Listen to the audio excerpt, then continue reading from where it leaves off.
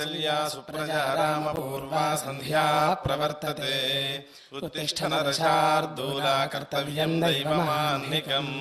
कौसल्या सुप्रजा रामपूर्वा सन्ध्या प्रवर्तते उत्तिष्ठ नरशार्दूला कर्तव्यं दैवमान्निकम् उत्तिष्ठोत्तिष्ठ गोविन्द उत्तिष्ठ गरुडध्वजा उत्तिष्ठ कमलाकान्ता त्रैलोक्यं मङ्गलं कुरु उत्तिष्ठोत्तिष्ठ गोविन्द उत्तिष्ठ गरुडध्वजा उत्तिष्ठ कमलाकान्ता त्रैलोक्यं मङ्गलं कुरु मातः समस्तजगतां मधुकैटभारेर्वक्षो विहारिणि मनोहर दिव्यमूर्ते श्रीस्वामिनिश्रितजनप्रियदानशीले श्रीवेङ्कटेशदयिते तव सुप्रभातम् तव सुप्रभातमरविन्दलोचने भवतु प्रसन्नमुखचन्द्रमण्डले विधिशङ्करेन्द्रवनिताभिरर्चिते वृषशैलनाथदयिते दयानिधे अत्र्यादिसप्तर्षयः समुपास्य सन्ध्याम् आकाशसिन्धुकमलानि मनोहराणि आदाय पादयुगमर्चयितुम् प्रपन्नाः शेषाद्रिशेखर विभो तव सुप्रभातम् पञ्चाननाब्जभवषण्मुखवासवाद्याः त्रैविक्रमादिचरितम् विबुधाः स्तुवन्ति भाषापतिः पठति वासरशुद्धिमारात् शेषाद्रिशेखर विभो तव सुप्रभातम् ईषत्प्रफुल्लसरसीरुहनारिकेळपूगद्रुमादिसुमनोहरपालिकानाम् आवातिमन्दमनिलः सह दिव्यगन्धैः शेषाद्रिशेखर विभो तव सुप्रभातम् उन्मील्य नेत्रयुगमुत्तमपञ्जरस्थाः पात्रावशिष्टकदलीफलपायसानि भुक्त्वा सलीलमथ केळिशुकाः पठन्ति शेषाद्रिशेखर विभो तव सुप्रभातम् तन्त्री प्रकर्ष मधुरस्वनया विपञ्च्या गायत्यनन्तचरितम् तव नारदोऽपि भाषा समग्रमसकृत्करचाररम्यम् शेषाद्रिशेखर विभो तव सुप्रभातम् भृङ्गावळी च मकरन्दरसानुविद्धझङ्कारगीतनिनदैः सह सेवनाय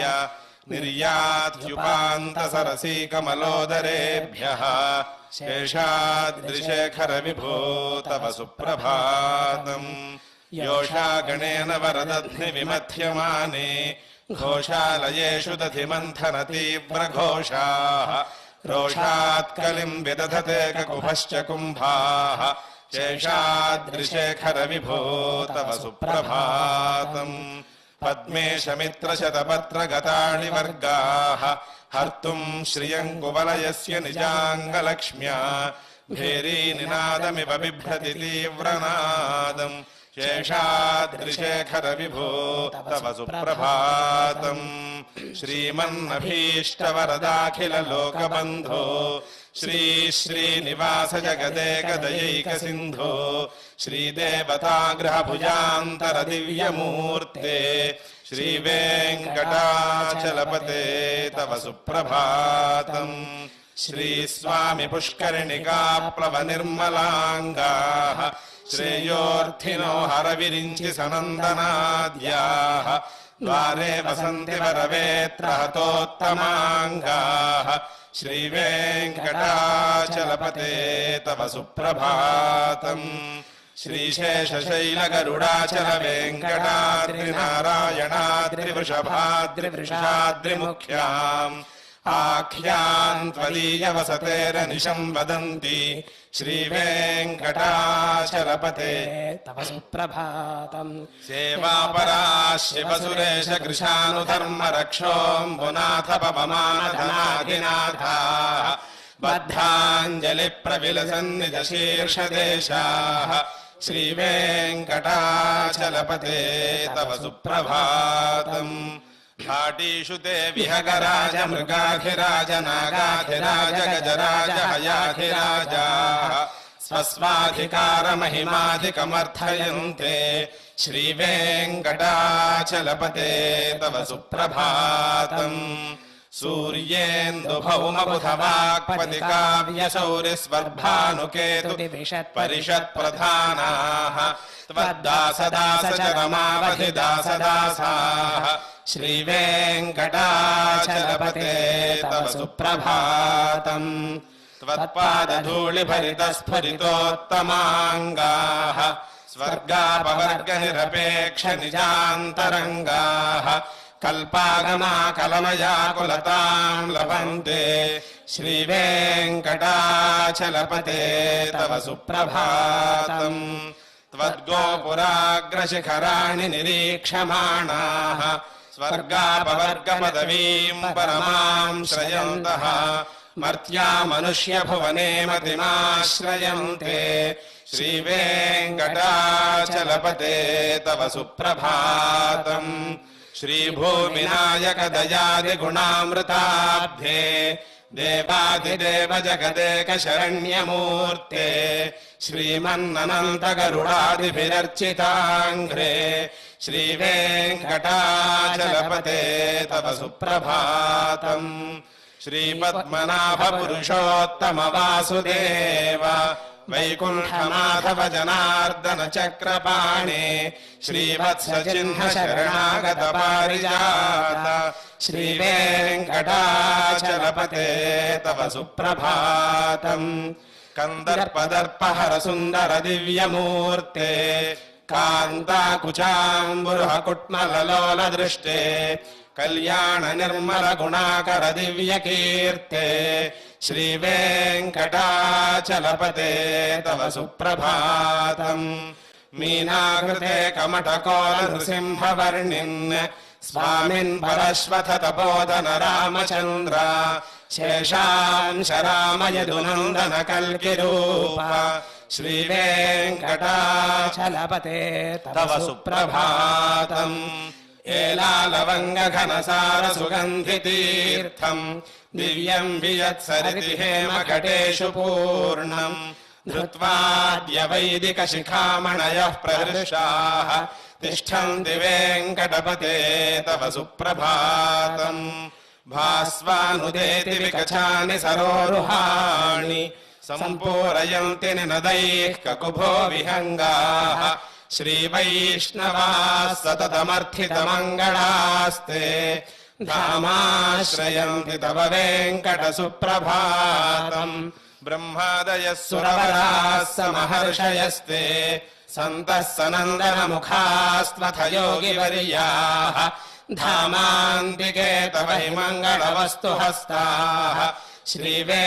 श्रीवेङ्कटाचलपते तव सुप्रभातम् लक्ष्मीनिवास निरवद्य गुणैकसिन्धो संसारसागर समुत्तरणैकसेतो वेदान्त वेद्य निज वैभव भक्त भोग्य श्रीवेङ्कटाचलपते तव सुप्रभातम् इत्थम् वृषाचलपतेरिह सुप्रभातम् ये मानवाः प्रतिदिनम् पठितुम् प्रवृत्ताः तेषाम् प्रभातसमये स्मृतिरङ्गभाजाम् प्रज्ञाम् परार्थसुलभाम् परमाम् प्रसूते कमलाकुचूचुककुङ्कुमतो नियतारुणितातुलनीलतनो कमलायनलोचन लोकपते विजयी भव वेङ्कटशैलपते सचतुर्मुख षण्मुख पञ्चमुख प्रमुखाखिल दैवतमौलिमणे शरणागत वत्सल सारनिधे परिपालय माम् वृषशैलपते अतिवेलतजातव दुर्विषहैरनुवेल कृतैरपराधशतैः भरितम् त्वरितम् वृषशैलपते परजा कृपया परिपाहि हरे अधिवेङ्कटशैलमुदारमतेर्जनताभिमताधिकदानरतात् परदेवतया गदितान् निगमैः कमलादयितान् न परम् कलये कलवेणुरवावशगोपवधूशतकोटिवृतात् स्मरकोटिसमात् प्रतिवल्लविकाभिमतात् सुखदात् वसुदेवसुतान् न परम् कलये अभिराम गुणाकर दाशरथे जगदेकधनुर्धर धीरमते रघुनायक राम रमेश विभो वरदो भवदेव दयाजलधे अवनीत नया कमनीय करं रजनीकर चारु मुखाम्बुरुहं रजनीचर राजतमो मिहिरं महनीयमहं रघुराममये सुमुखं सुहृदं सुलभं सुखदं स्वनुजं च सुखाय ममोघशरम् अपहाय रघूद्वहमन्यमहं न कथञ्चन कञ्चन जातु भजे विना वेङ्कटेशं ननाथो ननाथः सदा वेङ्कटेशं स्मरामि स्मरामि हरे वेङ्कटेश प्रसीद प्रसीद प्रियं वेङ्कटेश प्रयच्छ प्रयच्छ अहं दूरतस्ते पदाम्भोजयुग्म प्रणामेच्छयागत्य सेवां करोमि सकृत्सेवया नित्यसेवा फलं त्वं प्रयच्छ प्रयच्छ प्रभो वेङ्कटेश अज्ञानिना मया दोषान् शेषान् विहितान् हरे क्षमस्वत्वं क्षमस्वत्वं शेषशैलशिखामणे ईशानां जगतोऽस्य वेङ्कटपतेर्विष्णोः परां प्रेयसीं तद्वक्षस्थलनित्यवासरसिकां तत्क्षान्तिसंवर्धिनीं पद्मालङ्कृतपाणिपल्लवयुगां पद्मासनस्थां श्रियम् वात्सल्यादिगुणोज्ज्वलां भगवतीं वन्दे जगन्मातरम् श्रीमन्कृपाजलनिधे कृत सर्वलोक सर्वज्ञशक्तनत वत्सल सर्वशेषिन् स्वामिन् सुशीलसुलभाश्रितपारिजात श्रीवेङ्कटेश चरणौ शरणं प्रपद्ये आनूपुरार्पित सुजात सुगन्धि पुष्प सौरभ्य सौरभकरौ समसन्निवेशौ सौम्यौ सदानुभवनेऽपि नवानुभाव्यौ श्रीवेङ्कटेश चरणौ शरणं प्रपद्ये सद्यो विकासि समुदित्वरसान्द्ररागसौरभ्य निर्भर सरोरुह साम्यवार्ताम् सम्यक्षु साहसपदेषु विलेखयन्तौ श्रीवेङ्कटेश चरणौ शरणं प्रपद्ये रेखामयध्वज सुधाकलशातपत्र वज्राङ्कुशाम्बुरुहकल्पकशङ्खचक्रैः भव्यैरलङ्कृततलौ परतत्त्वचिह्नैः श्रीवेङ्कटेश चरणौ शरणं प्रपद्ये ताम्रोदरद्युतिपराजितपद्मरागौ बाह्यैर्महोभिरभिभूतमहेन्द्रनीलौ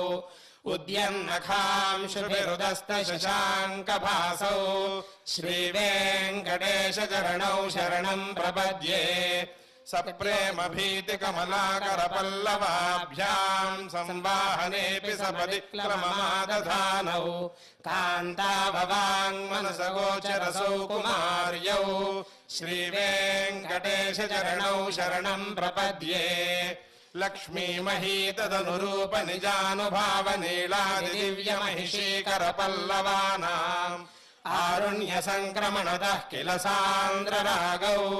श्रीवेङ्कटेश चरणौ शरणं प्रपद्ये नित्यानमद्विधिशिवादिकिरीटकोटिप्रत्युक्तदीप्तनवरत्नमः प्ररोहैः नीराजनाविधिमुदारमुपादधानौ श्रीवेङ्कटेश चरणौ शरणं प्रपद्ये विष्णोः पदे परम इत्युदितः प्रशंसौ यौ मध्व उत्स इति भोग्यतयाप्युपात्तौ भूयस्तथेति तव पाणितलप्रदिष्टौ श्रीवेङ्कटेश चरणौ शरणं प्रपद्ये पार्थाय तत्सदृशसारथिना त्वयैव यौ दर्शितौ स्वचरणौ शरणं व्रजेति भूयोऽपि मह्यमिह तौ करदर्शितौ ते श्रीवेङ्कटेश चरणौ शरणं प्रपद्ये मन्मूर्ध्निकालियफणे विकटाटवीषु श्रीवेङ्कटाद्रिशिखरे शिरसि श्रुतीनाम् चित्तेऽप्यनन्यमनसां सममाहितौ ते श्रीवेङ्कटेश चरणौ शरणं प्रपद्ये अम्लानहृष्यतवनीतलकीर्णपुष्पौ श्रीवेङ्कटाद्रिशिखराभरणायमानौ आनन्दिताखिलमनोनयनौ तवैतौ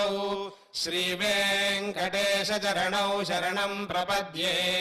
प्रायः प्रपन्नजनका प्रथमावगाह्यौ मातुस्तनाविव शिशोरमृतायमानौ प्राप्तौ परस्परतुलामतुलान्तरौ ते श्रीवेङ्कटेशचरणौ शरणम् प्रपद्ये सत्त्वोत्तरैः सततसेव्यपदाम्बुजेन संसारतारकदयार्द्रदृगञ्चलेन सौम्योपयन्तृमुनिनाममदर्शितौ ते श्रीवेङ्कटेशचरणौ शरणम् प्रपद्ये श्रीशश्रिया घटिकया त्वदुपाय भावे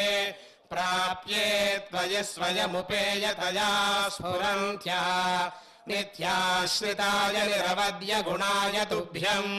स्याम् किङ्करो वृषगिरीश न जातु मह्यम् श्रियः कान्ताय कल्याणनिधये निधयेऽर्थिनाम् श्रीवेङ्कटनिवासाय श्रीनिवासाय मङ्गलम् श्रियः कान्ताय कल्याणनिधये निधयेऽर्थिनाम् श्रीवेङ्कटनिवासाय श्रीनिवासाय मङ्गलम् लक्ष्मी सविभ्रमालोकशुभ्रो विभ्रमचक्षुषे चक्षुषे सर्वलोकानाम् वेङ्कटेशाय मङ्गलम् श्रीवेङ्कटाद्रिशृङ्गाग्रमङ्गलाभरणाङ्घ्रये मङ्गलानाम् निवासाय श्रीनिवासाय मङ्गलम् सर्वावयवसौन्दर्यसम्पदा सर्वचेतसाम् सदा सम्मोहनायास्तु वेङ्कटेशाय मङ्गलम् नित्याय निरवद्याय सत्यानन्दचिदात्मने सर्वान्तरात्मने श्रीमद्वेङ्कटेशाय मङ्गलम् स्वतः सर्वविदे सर्वशक्तये सर्वशेषिणे सुलभाय सुशीलाय वेङ्कटेशाय मङ्गलम् परस्मै ब्रह्मणे पूर्णकामाय परमात्मने प्रयुञ्जे परतत्त्वाय वेङ्कटेशाय मङ्गलम् आकारतत्त्वमश्रान्तमात्मनामनुपश्यताम् अतृप्त्यमृतरूपाय वेङ्कटेशाय मङ्गलम् प्रायस्व चरणौ पुंसाम् शरण्यत्वेन पाणिना कृपया दिशते श्रीमद्वेङ्कटेशाय मङ्गलम् दयामृततरङ्गिण्यास्तरङ्गैरिव शीतलैः अपाङ्गैः सिञ्चते विश्वम् वेङ्कटेशाय मङ्गलम् स्रग्भूषाम्बरहेतीनाम् सुषमावहमूर्तये सर्वार्तिशमनायास्तु वेङ्कटेशाय मङ्गलम् श्रीवैकुण्ठविरक्ताय स्वामि पुष्करिणीतटे रमया रममानाय वेङ्कटेशाय मङ्गलम् श्रीमत्सुन्दरजामातृमुनिमानसवासिने सर्वलोकनिवासाय श्रीनिवासाय मङ्गलम् मङ्गलाशासनपरैर्मदाचार्यपुरोगमैः सर्वैष्टपूर्वैराचार्यैः सत्कृतायास्तु